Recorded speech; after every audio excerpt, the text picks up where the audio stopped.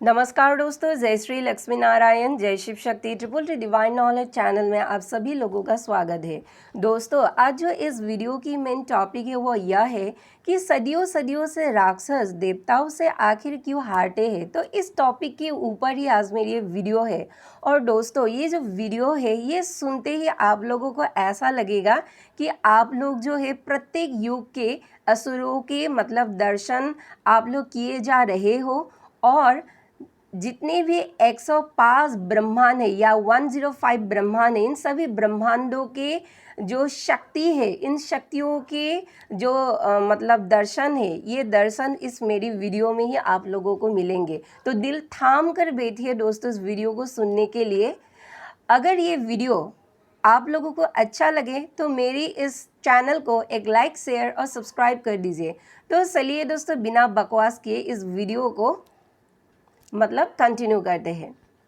दोस्तों, आज जो हमारी इस वीडियो की टाइटल है वो बड़ा ही इंटरेस्टिंग है और वो यह है कि सदियों सदियों से आखिर राक्षस देवताओं से क्यों हारते हैं।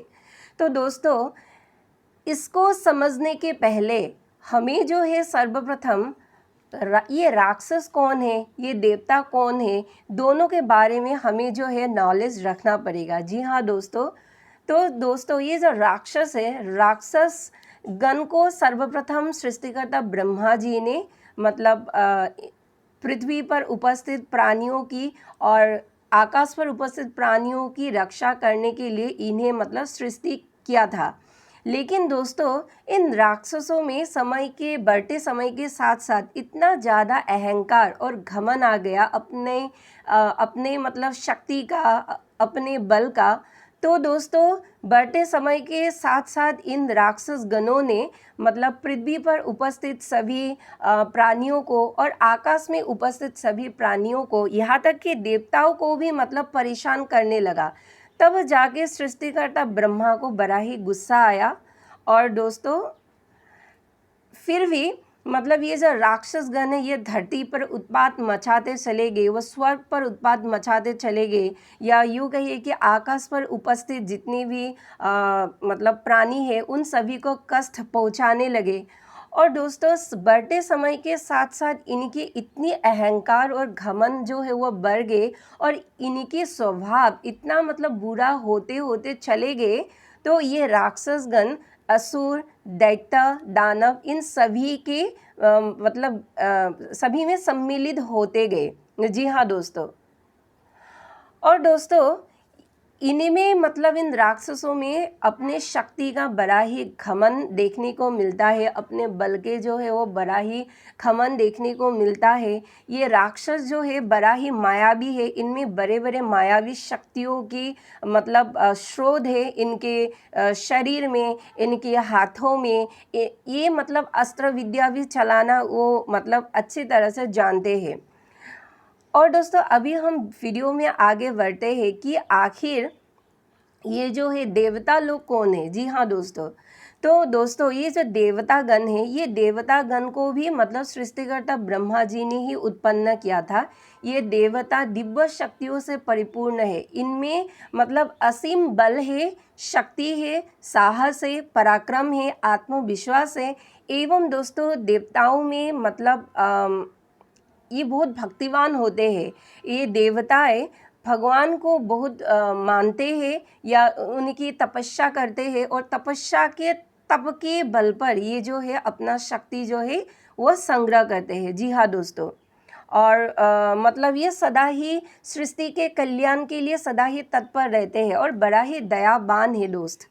लेकिन दोस्तों, एक समय ऐसा भी आया कि इन देवताओं के शक्ति के कारण, इन देवताओं में उपस्थित बल के कारण, साहस के कारण, आत्मविश्वास के कारण, पराक्रम के कारण, या यूँ कहिए कि असीम सौंदर्य के कारण, इन सभी देवताओं को भी बड़ा ही घमंड हुआ। एक समय पर बहुत अहंकारी हो गई और इनके अहंकार को समय रहते ही माँ आदिशक्ति जगदम्बा ने, अर्थात माँ आद्या शक्ति ने, वो चाहे दुर्गा का रूप हो, वो चाहे महाकाली का रूप हो, वो चाहे माँ कौशिकी का रूप हो, वो चाहे देवी ब्रह्मचारी का रूप हो, या वो चाहे मतलब माँ पार्वती की ही विभिन्न रूप हो, तो एक प्रकार से कहो कि माँ आद्या शक्ति त्रिकालदर्शी महादेव और हमारे इस सृष्टि के पालन करता भगवान विष्णु ने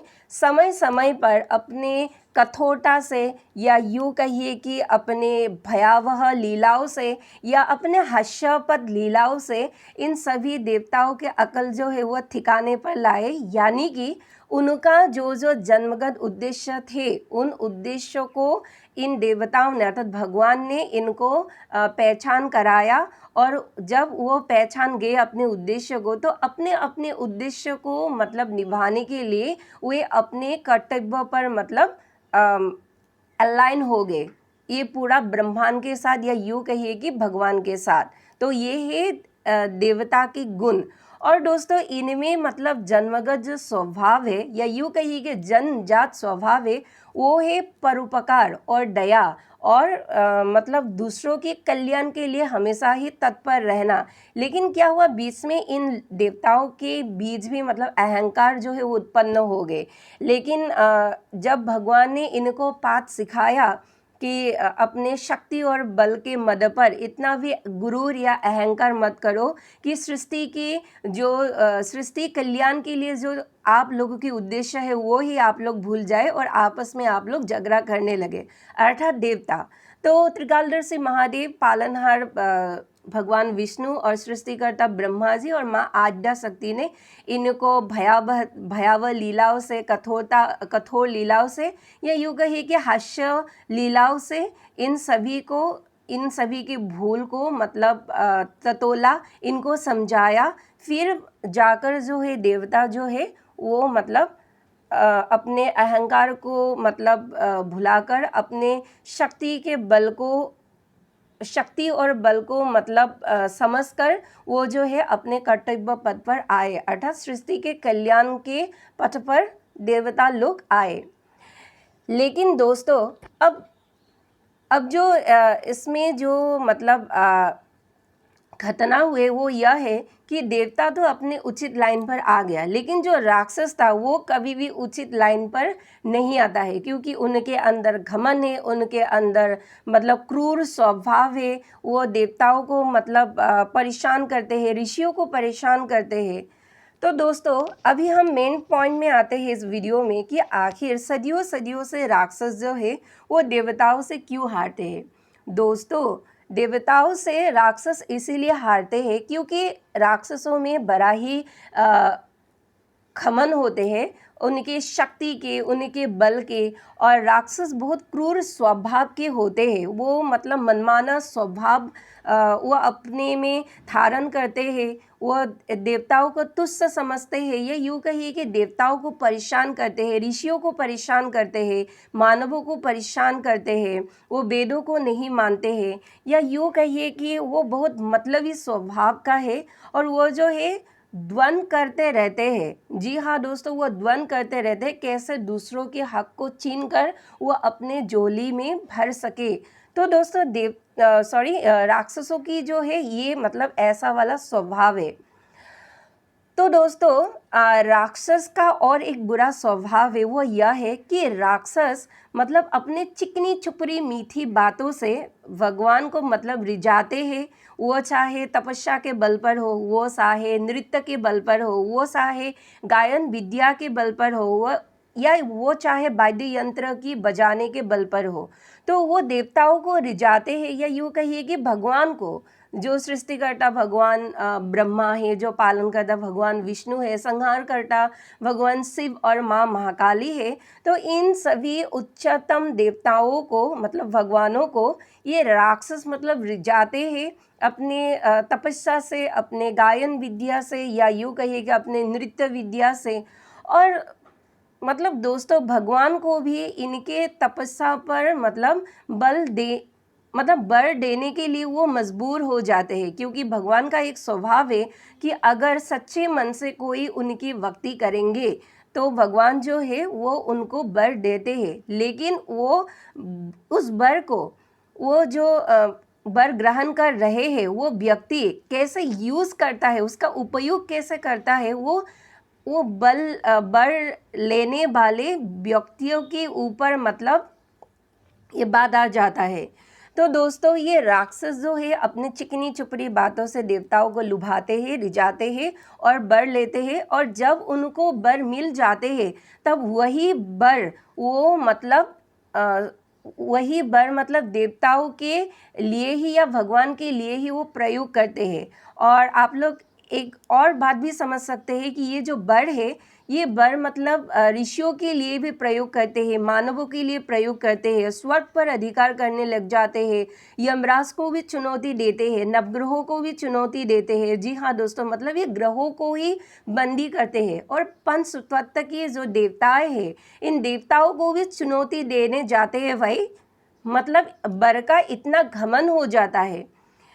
लेकिन दोस्तों अभी हम सभी के मतलब मन पर एक प्रश्न उठते हैं कि अगर राक्षस इतना ही उत्पात करते हैं, अगर राक्षस इतना ही चिकनी चुपड़ी बातें कर कर देवताओं से वर लेते हैं, तो आखिर देवता जो है इन राक्षसों को मतलब वर क्यों देते हैं? प्रत्येक युग में देवता जो है, भगवान जो है राक्षसों को वर देते हैं, और प्रत्येक युग में वो अपने वर का दुरुपयोग करते हैं, और प्रत्येक युग में भगवान को ही आना पड़ता है इन राक्षसों के निधन के लिए।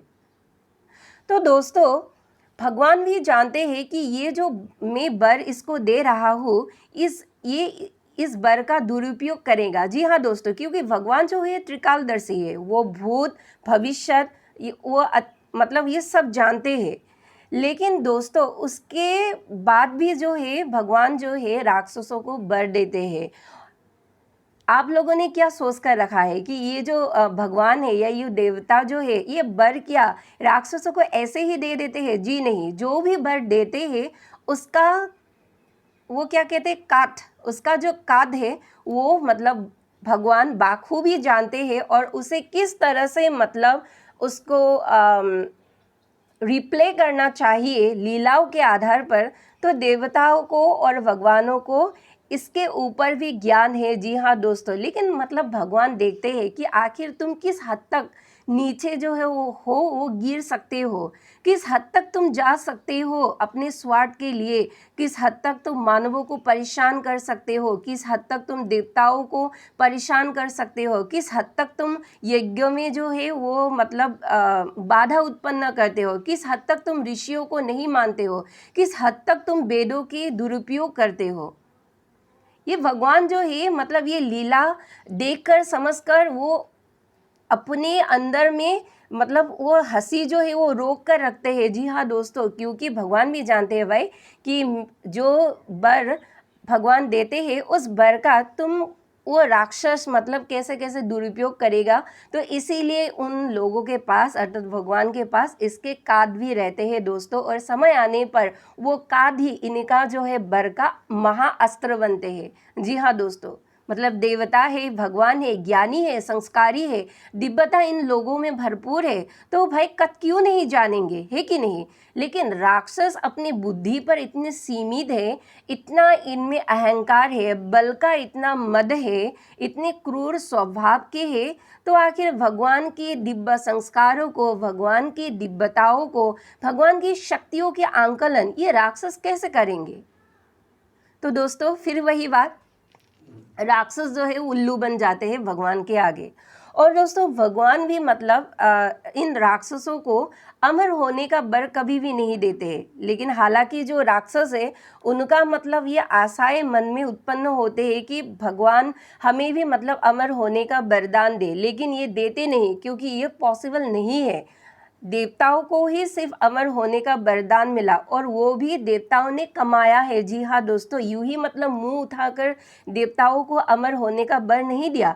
इसके लिए देवताओं ने बहुत मेहनत की है। इसके लिए देवताओं ने अपने अंदर दयालु स्वभाव जो है वो उत्पन्न किया है, सृष्टि के कल्याण के लिए सदा ही तत्पर रहा है, बलिदान दिया है, तपस्या की है, तब जाके देवताओं को अमर होने का वर जो है वो भगवान की तरफ से मिला है। तो राक्षस मतलब देवताओं के ऊपर इस बात से चिढ़ है कि आखिर देवताओं को ही क्यों अमर होने का वरदान मिला भाई, हमें भी तो मिलना चाहिए, हमारी भी तो मतलब शक्तियाँ है, हमारी भी बल है, हमारी भी बुद्धि है उनके हिसाब से। लेकिन असल में अगर दोस्तों हम मतलब अगर कहना मतलब हम अगर कहें कि राक्षसों में भी मतलब बुद्धि नहीं है, सीमित बुद्धि होते हैं, लेकिन उन लोगों के हिसाब से उनको ऐसा लगता है कि उनके अंदर बहुत सारे जो है बुद्धि होते हैं, इसलिए दोस्तों राक्षस बन जाते हैं महामूर्ख देवता और भगवान के सामने। तो सुनिए दोस्तों, ये तो मतलब गलत उपयोग करते ही है बर की, लेकिन दोस्तों क्या होते हैं कि मैं आप लोगों को एक बात बताना चाहती हूँ। अभी आप लोग ये सुनिए कि प्रत्येक युग की जो राक्षस है वो भगवान को तो रिझाते हैं अपने मतलब गायन विद्या से, नृत्य विद्या से, तपस्या से, फेक भक्ति से। तो दोस्तों आप लोगों ने रावण के बारे में तो सुना ही है कि नहीं। रावण जो है दोस्तों महाज्ञानी थे, वो वास्तु परामर्श भी थे, वो मतलब वेदों के ज्ञाता थे, वो ब्राह्मण भी थे, लेकिन ब्राह्मण के साथ साथ वो आधा असुर भी थे। जी हाँ दोस्तों, और वो महादेव के मतलब बड़ा भक्त था एक समय में। लेकिन रावण का अहंकार इतना था कि वो अपने भक्ति को छोड़कर, वो अपने इष्ट महादेव को छोड़कर खमन में इतना चूर हो गया कि वो स्वयं महादेव का ही अपमान करने लगा एक वक्त। तब जाके महादेव ने रावण को मतलब इसके बारे में समझाया, लेकिन रावण ना माने। फिर क्या हुआ, भगवान राम के हाथों रावण का निधन हुआ। एक्चुअली दोस्तों आप लोग जानते हैं रावण की गलती कहाँ पर है। इतने मतलब वेदों की ज्ञाता है, वास्तु परामर्श मतलब इतना अच्छा वो मतलब परामर्श देते हैं वास्तु के, वो इतना महाज्ञानी है, गायन विद्या में पारंगत है, नृत्य विद्या में भी वो पारंगत है। लेकिन दोस्तों रावण का जो घमंड था, जो अहंकार था, शक्ति का, बल का, वो जो मतलब भीतरी एक जो हवस था नारियों के लिए, रावण को उसमें ही मतलब भगवान ने सफाई कर डाला। जी हाँ दोस्तों, एक प्रकार से सफाई कर डाला, क्योंकि रावण ने पहली जो बात है वो माँ सीता को मतलब हरण किया। माँ सीता जो स्वयं माँ आद्या शक्ति के ही एक रूप है, स्वयं देवी लक्ष्मी, उनका हरण किया और उनके जो मर्यादा का उल्लंघन था उनका हरण किया। और मतलब धर्मपरायण भगवान राम के साथ भी वो युद्ध में लड़ गए, लेकिन माँ सीता को पा ना सका। और बाद में क्या हुआ, विभीषण ही अपने खुद के भाई ही दुश्मन हो गया रावण के। मंदाकिनी भी मतलब रावण पर थू थू करने लगा, और जो उनके वंशज थे या उनके जो कुल थे, कुल के सामने भी रावण की जो है वो मर्यादा का मतलब वो उसे क्या कहते हैं, मर्यादा का मतलब एकदम 9-10-11 हो गया। जी हाँ दोस्तों, मतलब मर्यादा एकदम रावण का चला गया। और जो भी मतलब रावण की नीचे की जो पराक्रमी असुर थे वो भी रावण पर थूकने लगा कि रावण जो है धर्मपरायण राम से जीत ना सका, क्योंकि रावण की जो नीचे काम करते थे वो असुर, वो भी जानते थे कि भगवान राम जो है वो मतलब साधारण इंसान नहीं है, वो भगवान विष्णु का ही एक अवतार है। लेकिन रावण अपने मद में इतना चूर था कि वो भगवान राम को ही मतलब पहचान ना पाया, इसलिए क्या हुआ, रावण का जो है वो मतलब निधन हुआ भगवान राम के हाथों।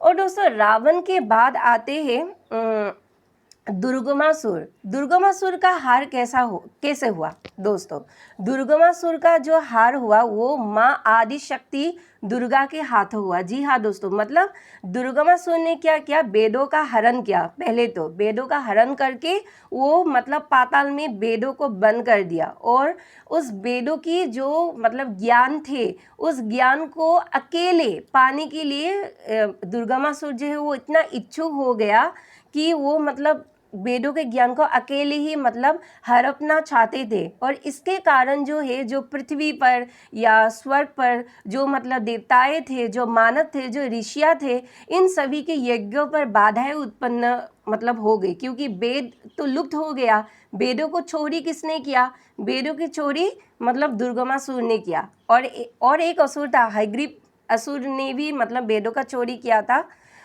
वो तो मतलब दूसरा कारण है, लेकिन ये जो है दुर्गमासुर, इसने भी मतलब वेदों का चोरी किया था, और इसीलिए मतलब देवता और ऋषियों में यज्ञ करने के लिए कठिनाई हुई। और दोस्तों बाद में आदिशक्ति अंबिका ने ही दुर्गमासुर का जो है वो दमन किया।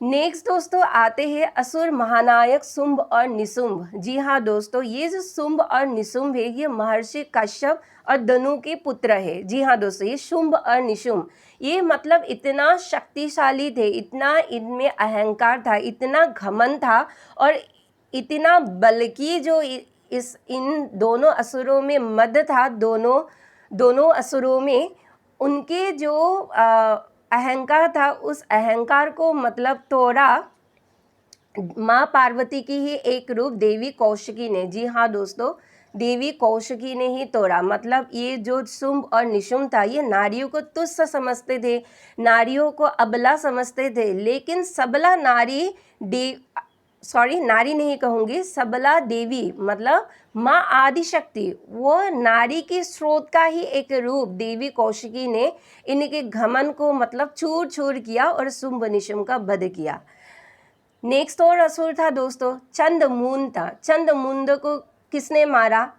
माँ महाकाली के ही एक रूप देवी चामुंडा ने मारा। जी हाँ दोस्तों, ये भी मतलब नारी को जो है वो अबला समझते थे।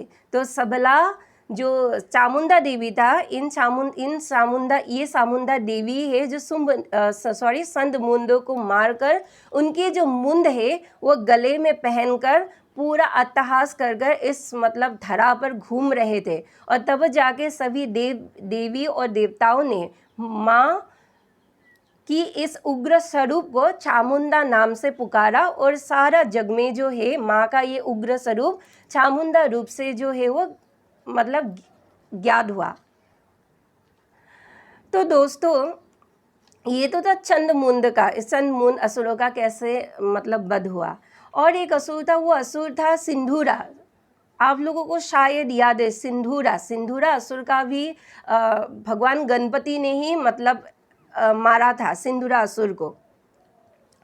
और दोस्तों बाद में आया रक्तबीज तो आप लोग जानते हैं, रक्तबीज का जब भी मतलब एक हाथ या एक पैर या शरीर के कुछ अंग अगर मतलब अंग को क्षति पहुँचते हैं, तो उस अंगों में से मतलब रक्त की जो है वो बूंद जब धरती पर गिरते हैं, तो एक एक बूंद से एक एक दूसरा रक्त बीज का स्वरूप जो है वो उत्पन्न होते थे। ऐसा करोड़ों करोड़ रक्त बीज का जो स्वरूप है वो उत्पन्न मतलब हुआ था। और बाद में उस रक्त बीज को माँ महाकाली, उस पराशक्ति ने ही क्या किया, रक्त बीज के सभी जो रक्त थे वो मतलब खून पी लिया, रक्त को पी लिया, और पीकर रक्त बीज को मार डाला।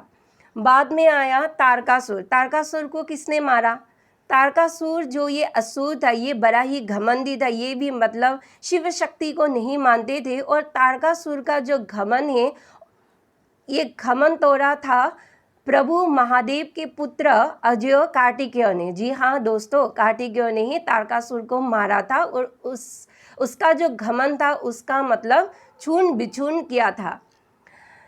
बाद में दोस्तों इन सभी असुरों से सीख लेकर, इन सभी असुरों के कृत्यों को समझकर मतलब तोलकर असुर महानायक भंडासुर का उत्पन्न हुआ। जी हाँ दोस्तों, ये एकमात्र ऐसा असुर था इन सभी असुरों में से कुछ मतलब हटकर था, या यूँ कहिए कि बुद्धिमान था, चतुर था, चिकनी चुपड़ी बातों से वो भगवान विघ्नहर्ता को अपने वश में मतलब करते थे, या यूँ कहिए कि भगवान पराशिव को भी वो वश में करते थे।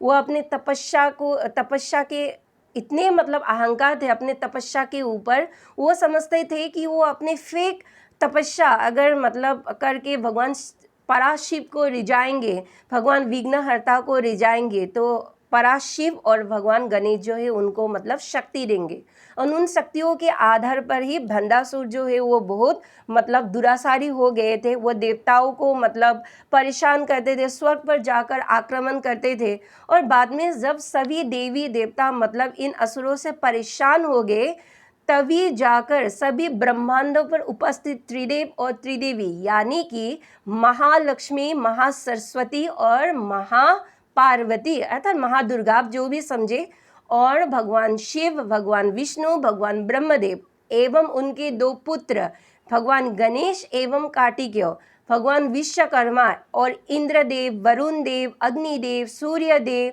मतलब जितने भी ये देव थे सभी ब्रह्मांडों के, ये सभी ब्रह्मांडों के देव ने एक महायज्ञ का आयोजन किया। जी हाँ दोस्तों, महायज्ञ, विशाल यज्ञ।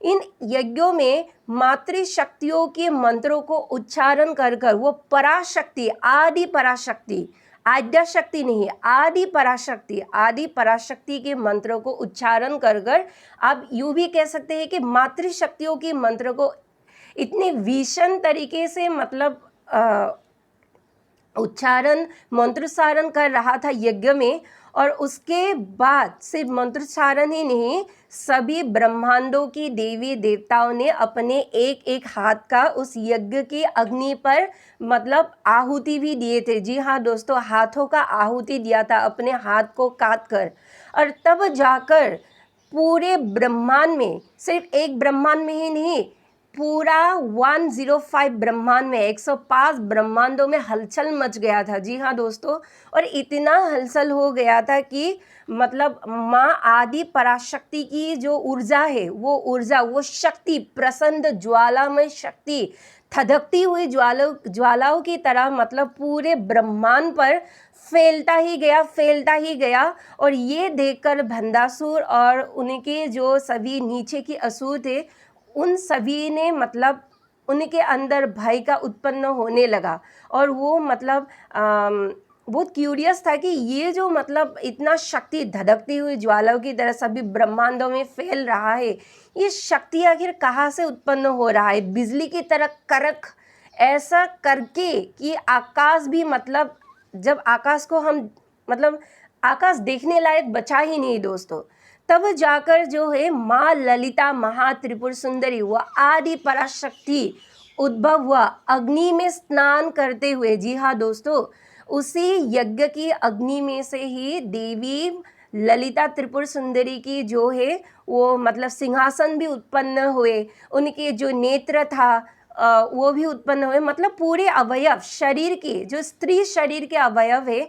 उस मतलब आग से ही उत्पन्न हुआ, उस यज्ञ की आग से ही उत्पन्न हुआ, और वो इतना कोमल, इतना सौम्य, इतना मतलब मनोरम, इतना दिव्य और इतना मतलब प्रचंड शक्ति की स्वामिनी थे दोस्तों, कि मतलब सभी ब्रह्मांडों में जितना भी असुर था, वो चाहे पृथ्वी हो या अलग अलग ब्रह्मांडों में हो, सभी असुर मतलब कांपने लगा। जी हाँ दोस्तों, ये ऐसा एक स्त्री शक्ति है, माँ आदि पराशक्ति, मूला प्रकृति कहते हैं माँ ललिता त्रिपुर सुंदरी को।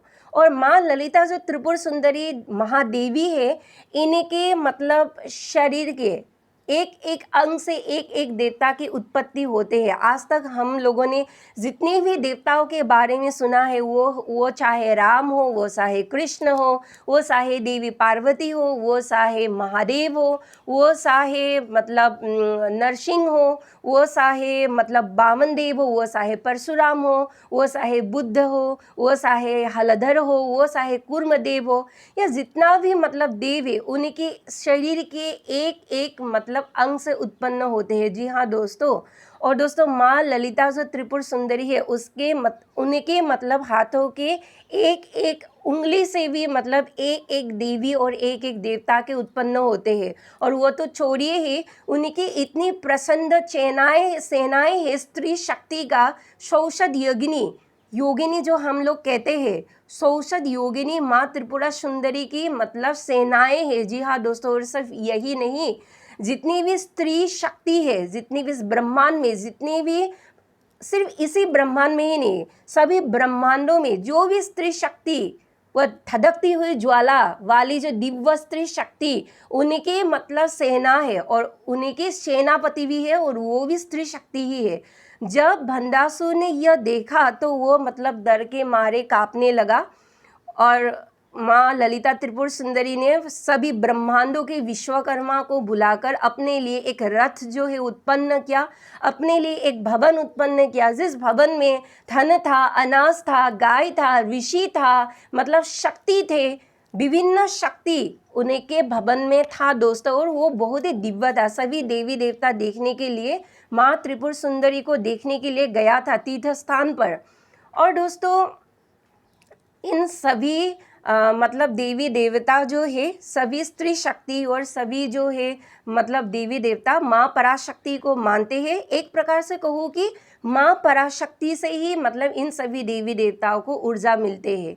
और मतलब हर रात जाकर इन सभी देवी शक्तियों ने माँ ललिता त्रिपुर सुंदरी की जो है वो पूजा पाठ किया था, भक्ति में लीन था।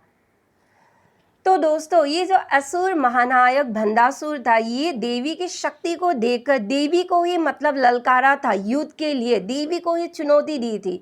तो देवी ने उस वक्त ज़्यादा कुछ भी नहीं कहा, क्योंकि मतलब देवताओं के एक स्वभाव होते हैं, वो ज़्यादा कहते नहीं, अगर कर दिखाते हैं, वो अपने कर्म से ज़्यादा मुंह नहीं चलाते हैं। लेकिन जो राक्षस है, राक्षस प्रवृत्ति की जो है मतलब वो इंसान सा है, आप लोग कहिए कि मतलब पूरा राक्षसी कहिए, उन लोगों का एक मतलब कार्य है, वो मुंह बहुत टपट टपट चलाते हैं। जी हाँ दोस्तों, और कर्म में मतलब कुछ भी नहीं कर पाते, सिर्फ मुंह ही चलाते हैं, ज़्यादा मुंह चलाते हैं, बुद्धि सीमित है, कर्म बहुत थोड़ा सा करते हैं। जो देवता मतलब अपने प्लानिंग से उसके कर्म को काट देते हैं। जी हाँ दोस्तों, आदि पराशक्ति को जब चुनौती दी थी तो माँ पराशक्ति ने सिर्फ मतलब एक छोटी सी स्माइल दिया था। छोटी से स्माइल से ही मतलब भंडासुर को ये समझ जाना चाहिए था कि वो कितने बड़े इस पूरे ब्रह्मांड, ये एक ही ब्रह्मांड नहीं, पूरे करोड़ों ब्रह्मांड की जो है स्वामिनी है। उनका जो पति है महादेव की ही एक सर्वोच्च शिव रूप है, उनका नाम है देव कामेश्वर, देव कामेश्वर। और कामेश्वर की पत्नी ही है देवी कामेश्वरी, अर्थात माँ ललिता महात्रिपुर सुंदरी। और दोस्तों ये असुर नायक, महानायक, नायक भी नहीं महानायक, क्योंकि वो शुंभ निशुंभ के और महिषासुर के बाद आया था। तो ये असुर महानायक भंडासुर जो था वो मतलब अपनी एक नन्ही सी बेटी थी, उस बेटी का ही वो दुरुपयोग किया। वो मतलब शक्ति के स्वामिनी माँ पराशक्ति के साथ लड़ने के लिए, युद्ध में जीतने के लिए, वो जो उनकी बेटी जो थे, उनकी बेटी अपने मतलब पिता को, भंडासुर को बहुत प्यार करते थे, जानते नहीं थे पिता के छल के बारे में।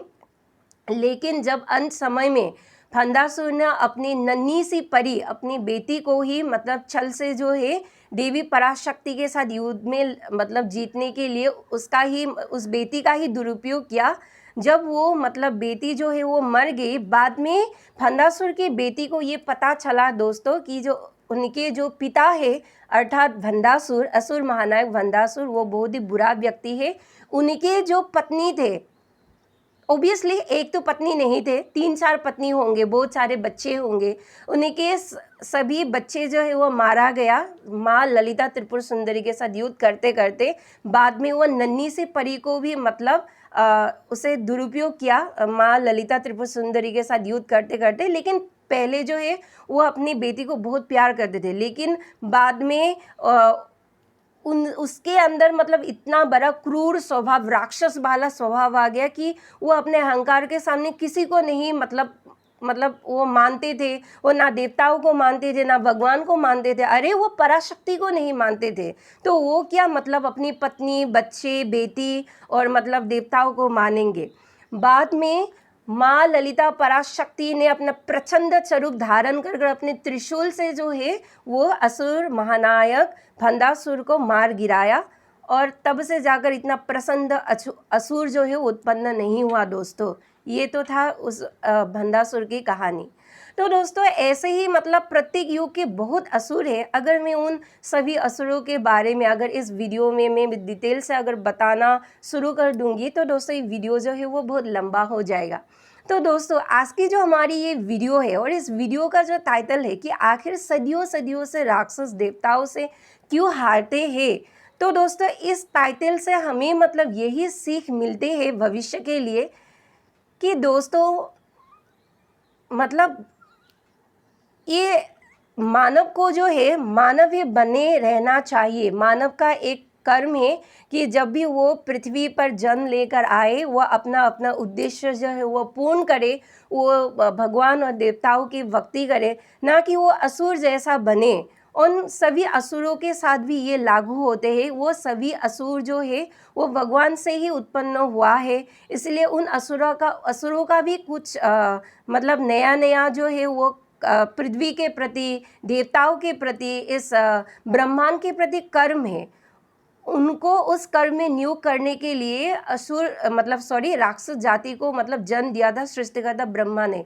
लेकिन उन लोगों ने मतलब उनकी जो कर्म है उस पर एक्ट नहीं किया। वो अपने बल और घमंड पर छू रहे, देवताओं को कुछ भी नहीं समझा, भगवान को कुछ भी नहीं समझा, तुच्छ समझा और बाद में वो मारा गया। ऐसे ही दोस्तों प्रत्येक युग में जो है राक्षसगण मारा जाता है और मतलब प्रत्येक युग में भगवान ही आकर मतलब अपने अलग अलग स्वरूप में इन सभी राक्षसों को मतलब मारते हैं, अर्थात इनकी बलि देते मतलब निधन करते हैं। तो दोस्तों ये जो हम सभी जो मानव है, हम सभी मानवों का एकमात्र कर्तव्य है भगवान की भक्ति करना। हम अपनी इस पंचभूत के इस रक्त मांस हड्डी से भरा शरीर में मतलब शरीर के अंदर देवताओं के गुण जो है वो लाना चाहिए अपने भीतर।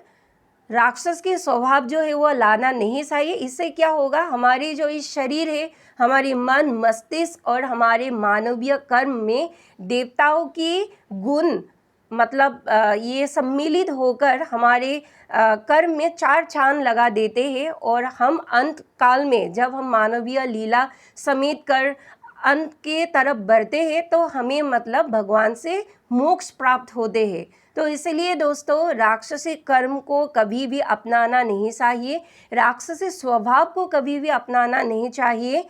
देवताओं वाली गुण, देवताओं वाले स्वभाव, देवताओं वाली कर्म, देवताओं वाली दया, सहानुभूति और परोपकार, दिव्यता, ऐसे वाले गुण हमें मतलब धारण करना चाहिए। और अंत में हम सभी मानवों को मानवीय लीला समेट कर मतलब अंत में मोक्ष की तरफ बढ़ना चाहिए। जी हाँ दोस्तों, तो दोस्तों आज के लिए इतना ही। मेरा ये जो वीडियो था आप लोगों को कैसा लगा?